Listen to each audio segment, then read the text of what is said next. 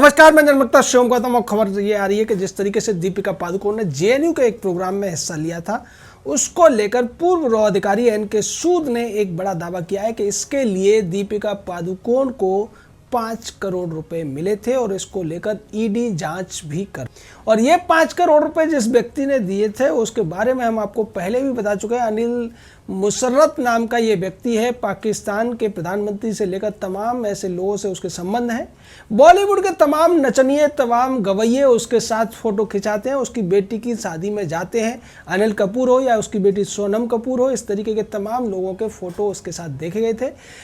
रणवीर सिंह जो कि दीपिका पादुकोण का पति है, वो भी उसके साथ देखा गया। दीपिका ने भी उसके साथ फोटो खिंचाई, दोनों आज गलवैया करते हुए फोटो उनके सामने आए थे। तो इस तरीके से अनिल मुशर्रफ के कहने पर दीपिका पादुकोण पहुंची थी जेएनयू, जहां पर वो उन जेएनयू के तथाकथित छात्रों का समर्थन करने पहुंची थी जिन्होंने बीसी कार्यालय को बंधक बनाया था,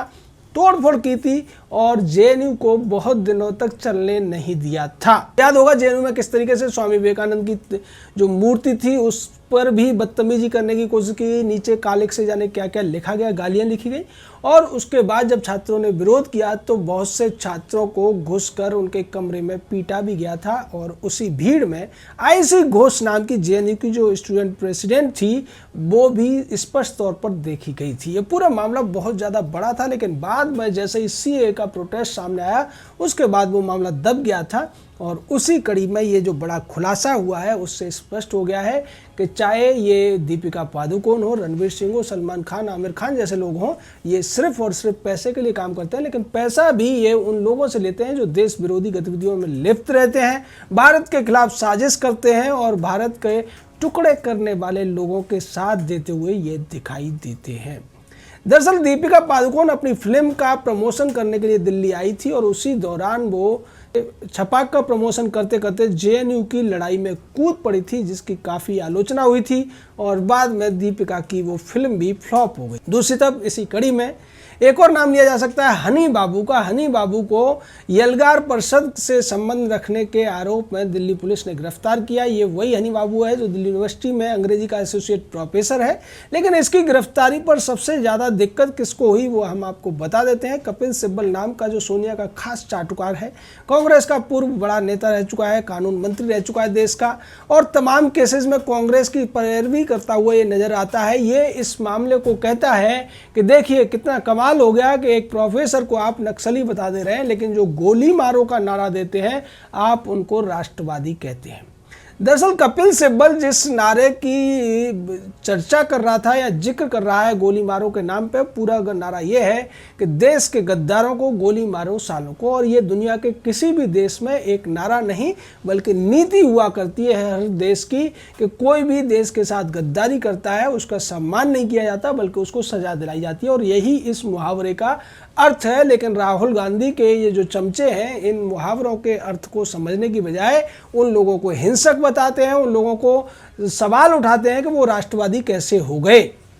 जो अपने देश के साथ गद्दारी करने वाले को सजा देने की मांग करेगा वो राष्ट्रवादी नहीं तो और क्या कहलाएगा। लेकिन कपिल सिब्बल चूंकि नक्सलवादियों के और खासकर वामपंथियों के समर्थन में खड़े रहने की कांग्रेस की पुरानी नीति के तहत चलते हुए दिखाई देते हैं, इसीलिए उन्होंने इस पर सवाल उठाया। ये यलगार परिषद का आपको बता दें किस तरीके से इन लोगों ने प्रधानमंत्री नरेंद्र मोदी की हत्या करने की साजिश रची थी, जिसको लेकर पुणे पुलिस ने खुलासा किया था और इसी वजह से इन लोगों को गिरफ्तार किया गया था, जिसमें तमाम वो लोग शामिल थे जो कि यलगार परिषद के बड़े नेता थे। और इनमें बड़े बड़े नाम थे जैसे अरुण थॉमस फेरेरिया, इसको बड़ा वामपंथी विचारक कहा जाता था, रोना जैकब विल्सन, सुधीर प्रहलाद धवले और इसी तरीके के 19 बड़े बड़े नाम इसमें शामिल थे। गौतम नवलखा जैसे लोग इसमें शामिल थे जिनको गिरफ्तार किया गया था। एनआईए ने उनकी जांच की और उसके बाद जो चार्जशीट दाखिल की गई उसमें स्पष्ट तौर पर लिखा हुआ था कि ये लोग राजीव गांधी की हत्या की तरह ही प्रधानमंत्री नरेंद्र मोदी की हत्या की योजना बना रहे थे और उनके रोड शो में धमाका करने की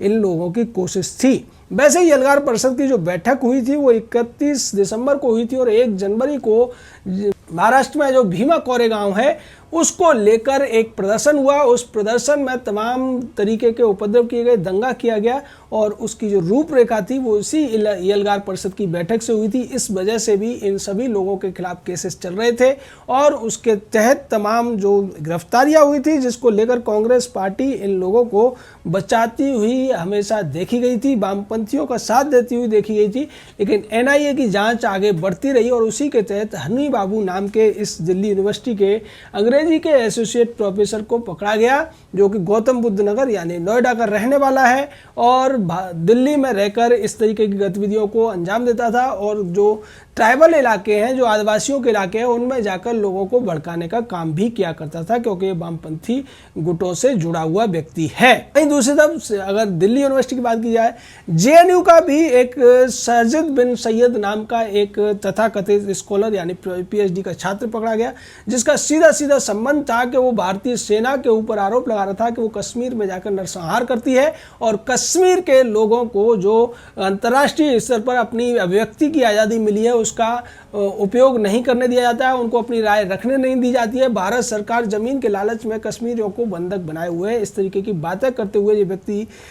देखा गया था सोशल मीडिया पर, ट्विटर पर, और उसके बाद उसको भी गिरफ्तार कर लिया गया। वहीं दूसरी तरफ जेएनयू के शरजील इमाम के खिलाफ भी चार्जशीट दाखिल हो चुकी है। ये मैं जिक्र इसलिए कर रहा हूँ कि चाहे जेएनयू हो या दिल्ली यूनिवर्सिटी, यहाँ पर जो पढ़ने वाले तथाकथित छात्र हैं और पढ़ाने वाले जो तथाकथित अध्यापक हैं, ये ज़्यादातर ऐसे लोग हैं जो वामपंथ के प्रति झुकाव रखते हैं और वामपंथियों की एक ही नीति होती है, इस देश के खिलाफ साजिश रचना और देश की जो सत्ता है, जो पुलिस है, जो सेना है, उसके खिलाफ लोगों को बरगलाना। आपको याद होगा कि जेएनयू में किस तरीके से जब सीआरपीएफ के तमाम जवानों का बलिदान हो गया था एक बम विस्फोट में छत्तीसगढ़ में, उसका जश्न मनाया जाता है जेएनयू के अंदर। इस तरीके की वारदातें जेएनयू में होती रहती है और उन पर रोक लगाने के लिए सरकार कदम उठाती है तो उसके नाम पर जेएनयू में तालाबंदी कर दी जाती है। तमाम छात्रों के साथ साथ राहुल गांधी और अरविंद केजरीवाल जैसे लोग उन लोगों के साथ में खड़े होते हुए दिखाई देते हैं। अरविंद केजरीवाल जो दिल्ली का मुख्यमंत्री है, उसने जेएनयू के अपराधी छात्रों को बचाने के लिए चार्जशीट फाइल नहीं होने दी, पुलिस को परमिशन नहीं दी और उसके बाद उसने बहाना किया कि पुलिस इन लोगों को फंसाने की कोशिश कर रही है। जबकि दूसरी तरफ इसी तरीके के जो जेएनयू या दिल्ली यूनिवर्सिटी के छात्र और तथाकथित अध्यापक होते हैं, उनको एनडीटीवी नाम का एक चैनल है, वो मंच मुहैया कराता है, उनको नेता बनाता है, उनके बड़े बड़े इंटरव्यू होते हैं, उनसे राय ली जाती है और देश के मुद्दों पर, आज राफेल देश में आ गया है, लेकिन राफेल जैसे मुद्दे पर एनडीटीवी कन्हैया कुमार नाम के उस अपराधी छात्र से राय लेता है जो कि देश के टुकड़े करने की बात करता है। तो ये पूरा का पूरा नेक्सस है, राजनीतिक लोग इनके साथ जुड़े हुए हैं, तमाम चैनल इनके साथ जुड़े हुए हैं और ये जो भोले भाले आदिवासी लोग हैं, गरीब लोग हैं, उनको देश के खिलाफ संघर्ष करने के नाम पर भड़काने का, देशद्रोह करने की ये कोशिश करते हैं और इसी वजह से एनआईए की शिकंजे में अब ये लोग फंसते हुए नजर आ रहे हैं। वहीं दूसरी तरफ दीपिका पादुकोण की अगर बात की जाए तो उसको लेकर जिस तरीके की खबरें अब सामने आई हैं, अनिल मुशर्रफ को लेकर जो खबरें हमने पहले भी आपको बताई थी कि किस तरीके से टोनी असाई और अनिल मुशर्रफ जैसे लोग देश के खिलाफ साजिश करते हैं और उनके साथ बॉलीवुड के लोगों के संबंध हैं। अब इसी कड़ी में ये जो बड़ा खुलासा एनके सूद ने किया है, उसको लेकर पुलिस अब सजग हो चुकी है और साथ ही साथ लोगों को भी सजग होने की ज़रूरत है कि इनके भोले चेहरों पर मत जाएं। इनकी जो काले अंदर का जो काला दिल है, देश के खिलाफ जो सोच है, नक्सलियों के प्रति जो इनकी हमदर्दी है और देश विरोधी जो पाकिस्तान समर्थित आईएसआई के एजेंट हैं अनिल मुशर्रफ जैसे लोग, उनसे पैसे लेकर ये कुछ भी करने को राजी है, चाहे दीपिका पादुकोण हो, रणवीर सिंह हो, अनिल कपूर या उसकी बेटी सोनम कपूर जैसे लोग हों, तो निश्चित तौर पर इनके खिलाफ जनता को भी लामबंद होने की जरूरत है। इनकी फिल्में आप न देखें, इनको पैसा न दें जिससे कि आईएसआई के मंसूबों को कामयाब करने में उसकी मदद कर पाए। दूसरी तरफ जिस तरीके से अब इस पूरे मामले में ईडी की भी जांच चल रही है और अगर ये बात सच है जैसा कि रॉ के पूर्व अधिकारी एनके सूद कह रहे हैं, तब आप निश्चित मानिए कि दीपिका पादुकोण का जेल जाना भी लगभग तय माना जाना चाहिए, क्योंकि 5 करोड़ रुपए लेकर, अगर वो भी किसी आईएसआई के व्यक्ति से जो आईएसआई को मदद करता है, पाकिस्तान के प्रधानमंत्री से सीधे उसके संबंध हैं, ऐसे व्यक्ति से पैसे लेकर अगर दीपिका पादुकोण किसी देश विरोधी कार्यक्रम में, जो कि एंटी-सीए भी कहा जा सकता है उसको, और जिस तरीके से जेएनयू के अंदर तमाम साजिशें रची गई थी एंटी-सीए प्रोटेस्ट के लेकर और जिस तरीके से तमाम जेएनयू के चाहे साजिद बिन सैयद हो या फिर शर्जील इमाम जैसे लोग हों जिन्होंने दिल्ली को दंगों की आग में भड़काने का, दिल्ली को दंगों की आग में झोंकने का काम किया, ऐसे लोग भी जेएनयू से आते हैं और उसी जेएनयू में दीपिका पादुकोण जाकर जिस तरीके के प्रदर्शन में भाग लेती है वो निश्चित तौर पर सवालों के घेरे में है। और अगर ये सिद्ध हो जाता है कि उसने पैसे लिए हैं, इसकी जांच चल रही है, तो यकीन मानिए वो जेल जरूर जाएगी। जय हिंद, जय भारत।